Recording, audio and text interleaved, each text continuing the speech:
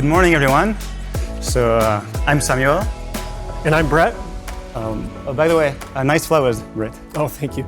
So we are engineers from Shopify. And this morning, we want to talk to you about the future of UI in MCP. So just a quick word, this talk is not sponsored. The reason why Bret and I submitted the proposal is because we are really excited about this and we really believe in it. Yeah, everybody's talking about MCP today. MCP. What is the model context prototype and why should I care? Come on, Bret. It's not model context prototype. It's model context protocol. I mean, like, where have you been hiding the last year? Like in a cave or what? I mean, I believe it's not hype. If anything, I believe it's rather underhyped than overhyped.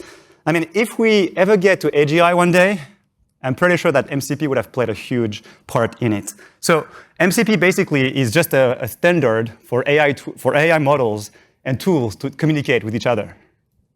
Yeah, well, when I hear chatbot, I don't know if any of you think about chatbots from 5 years ago. You go to some website, you ask a simple question, and it's like tearing your hair out. You keep asking over and over and over again. You just want to talk to a real human being, and it's like a complete waste of time. That's what I think of oftentimes when I think chatbot 5 years ago. Yeah, I mean, I totally agreed with you, but I think we can all agree that GPT completely changed that, right? Today, we are in the era where AI systems provide meaningful, helpful, and relevant response, right? Yeah, it's maybe more conversational. It feels more natural, but is it helpful? I mean, I think since the advent of GPT, two major things happened. So the first thing is that LLM models got smarter and smarter. They get smarter every week, every month. Always new models getting released. But the second thing is that they now have access to tools and APIs under the hood, which allows them to do two things. First of all, they can always get access to the freshest and most relevant up-to-date data. And on the other hand, they have access to tools that can act in the world. So anything that an API can do, these models can do on our behalf, like book a taxi or create a calendar event or make payments, anything you can imagine. I mean, that sounds pretty cool. And I think that's what a lot of people are here to talk about is like, I want to build an agent. How do I integrate with all these different providers? Maybe I'm going to integrate with Shopify. Maybe I'm going to integrate with Zapier, or I'm going to have some shipping sort of thing with UPS. But how do I do that in a standard way? You're talking tool calls, you're talking all this stuff. Do I got to manually integrate with all these with whatever API they provide? So MCP is exactly the protocol you're looking for. So it's a standard that allows us to discover tools and execute tools. It's like USB-C for our physical devices. Like if you want to connect your MacBook to your favorite brand of headset, they don't have to know about each other. As long as both implement the USB-C protocol, it's the same for AI models and tools. As long as they use the same protocol, they can communicate with each other. And so we go from an M times N problem, like integration nightmare, to a M plus N integration bliss. So everything is composable and cross-compatible. That sounds great. I'm a little skeptical, though, because I still ask a question and I get a wall of text. Sure, your text might give me some emojis, but really, is this the best that we have in 2025 for interacting with AI? This is just big, massive wall of text. Yeah, I think I agree with you. I think that users today really are right to expect more than just text. I mean, if we see at how the web and mobile both evolved over the years, we saw ever more complex and rich UIs on very deeply specific domains. And so going back to text for any task kind of feels regressive unless you're writing essays, right? So today, we want to make the best of both worlds, the world of LLM intelligence on the one hand, and the world of rich custom UIs we've been building over decades, right? And I believe that we have something to bridge these two worlds. And this is called MCP UI.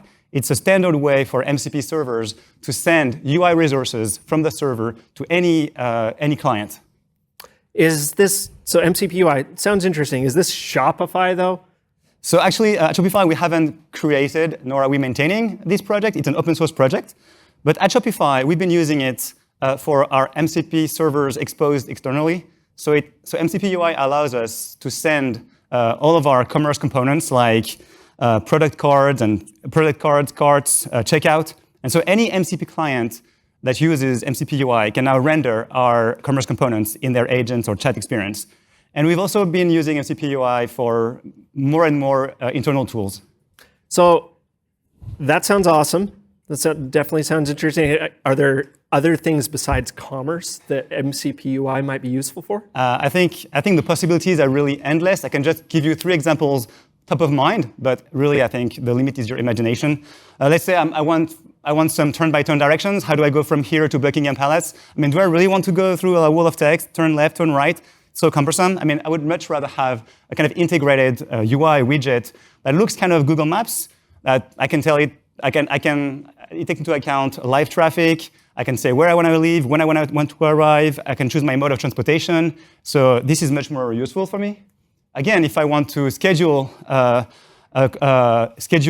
meeting across time zones, let's say I'm asking, I want a 45-minute slot between Alex from New York, Priya from London, and myself from San Francisco. Like, do I really want to parse text for that? I mean, I would much rather have a Google Calendar kind of UI, or analytics with filter and forecast. If I'm asking, can you plot the daily active users by country for the last 90 days and forecast the next 30 days? Again, what would you rather use, the wall of text or an interactive dashboard? Yeah, that makes sense, especially we just heard about Turkish Airlines. Like, I would much rather be dealing with booking a flight with UI than like trying to do it purely by text. Yeah. But also I can imagine also lots of internal like business or admin related things that would be way beneficial to do AI things with UI rather than just purely text. But now if I'm building an agent and I'm looking at this, how does the agent stay aware of what's going on inside this UI? Because like if I'm talking to the agent, the agent should be aware of what's represented in the UI. Is that possible? Yeah, so actually in the MCP tool response, there is a text content and the actual UI resource. For instance, this is an example, a real example from a get product details tool call for Shopify.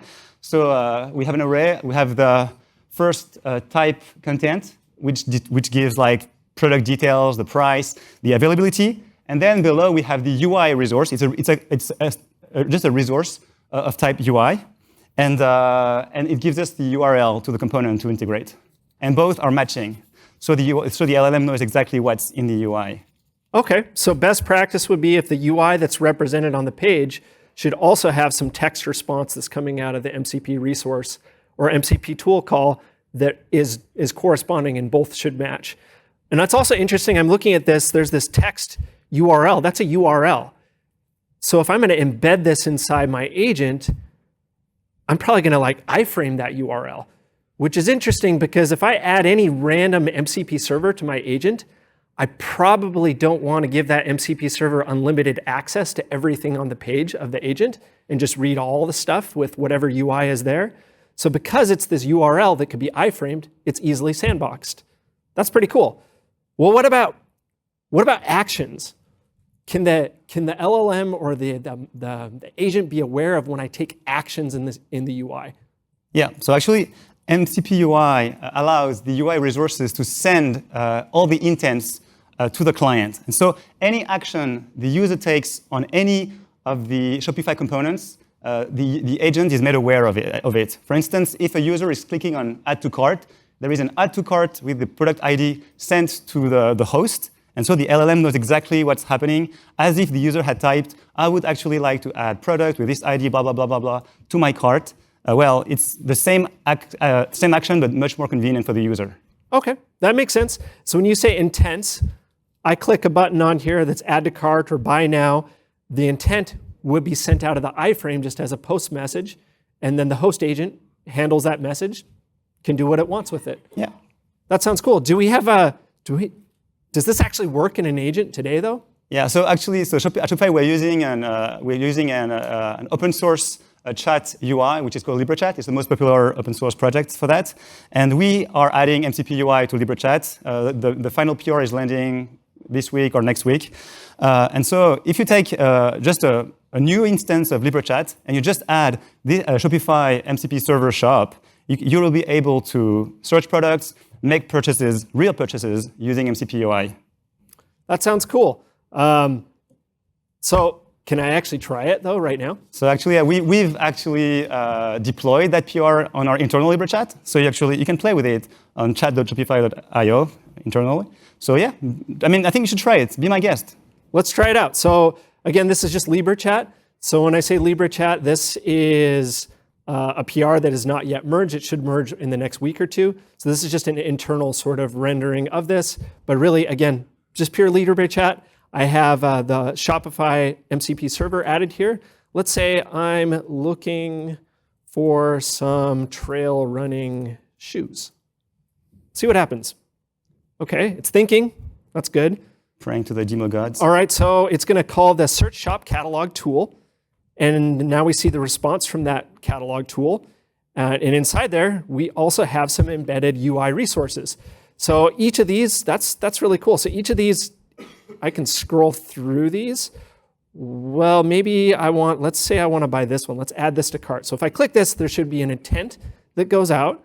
Okay, there's the intent that is sent out from that resource that's back up to the agent.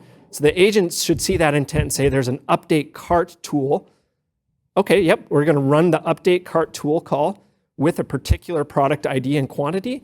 And that tool call also has an MCP UI resource response, which happens to be the cart. If I open that up, this feels really cool. It almost feels native. Like this is an iframe, but it expands and collapses like it feels native to the actual app. Let's try to actually buy it. So if I click checkout, again, there's this intent of checkout that's going out, and the agent can now choose how it's going to handle it. It could probably, honestly, Libre Chat handle it a little bit better, but instead it just renders out, here's a link to go to checkout. So I click that. Now I'm here on checkout, and I can actually buy these shoes. So this is not fake. This all actually works with these MCP server tools. This is awesome. But what about, I look at all this stuff inside here, all this UI. Do I have to keep this UI inside the conversation thread? No, so actually, you can integrate MCP UI however you want in your client. So MCP UI just allows you to expose the iframe for the UI resource. But you can, for instance, choose to have it in the text stream as here, or as a new frame, as a model. It's completely up to the client. And the MCP UI library is very flexible on that. Oh, cool. So I could even just have like a side pane for the cart. I could, even each of these products are all individual iframes, so I could have a list instead of a carousel. Yep. This is Libre Chat that's rendering the carousel, but they could render this however they want. That sounds pretty cool. What if I want to still converse with the agent? Can I still converse with the agent, or do I have to use the UI? So actually, it's really up to you. So as we've explained before, all the components share all the intents, like anything the user is doing on an UI resource, the agent is made aware of it. So if you are clicking through the UI or chatting with the agent, sharing your intent, the same thing is actually happening under the hood. So if you say, I want to add this product with ID, whatever, or clicking on the link, the same happens. But I think that clicking through the UI is a much more pleasant experience. I never want to type product ID by hand, ever again. All right, so let's try that. I want to add the same shoes to the cart again. Again, it's just a tool call. The agent should be aware of that, and it should make the request. So, and if we see this, should run update cart, and as the result of that, we should see a new with 2 products in the cart. Cool, that's awesome. All right, well, if I'm actually building an agent though, chances are I might want these components to look like my particular brand. Like Shopify, you guys, we've built out these components that look pretty good, but what if I want to style them? So actually, at Shopify, we've decided to let our clients style our components however they want. So they can style them using CSS custom properties and CSS parts. And since the UI element is in an iframe, the host can communicate with the iframe through a post message event to inject any custom CSS the client wants. Okay, that's pretty cool. So what we see here is the same component can be the whole layout can change. You can change the styles and colors of however you want this to display inside your agent. But honestly, it kind of sucks dealing with an iframe with styles because you got to post message some custom CSS into it. It kind of sucks because like you can't just post message immediately. You got to wait for the iframe to load and be listening for the event before you can post the message to it. And then you got to worry about maybe a flash of unstyled content. So you got to make sure the UI waits to render till it gets that crap. That kind of sucks. There actually is a proposal, though, for a change to the iframe specification itself to allow a child iframe to actually read data attributes of the declaration from the parent page that is rendering it. If this lands, it would make it actually super easy to configure MCP UI components in custom ways. Like maybe we could use it with custom styling, but there's all sorts of things that you could do passing custom to the MCP UI component if it can access these data attributes. And if you want to learn more about this, please check out this URL, give feedback on the proposal. We'd love to hear it. So if I want to learn more, how should I learn more, Samuel? Yeah, so you can go on the mcpui.dev website. But today we're going to have two deep dives on MCP UI. So in the morning, we're going to have one by Ido and Liad, who are the creators and maintainers of the MCP UI library, and who are also the lead for the UI work group in the MCP project. And this afternoon, you're going to also have a talk by Darren from About AI. So, and also, come talk to us if you have any question on our Shopify implementation or on our LibreChat integration. We'd be happy to share. There's no secrets here. Yeah, if you're interested in adding commerce to your agent, whatever you're building, please come talk to us. We're happy to chat or check out this URL. Thank you. All right, thank you very much.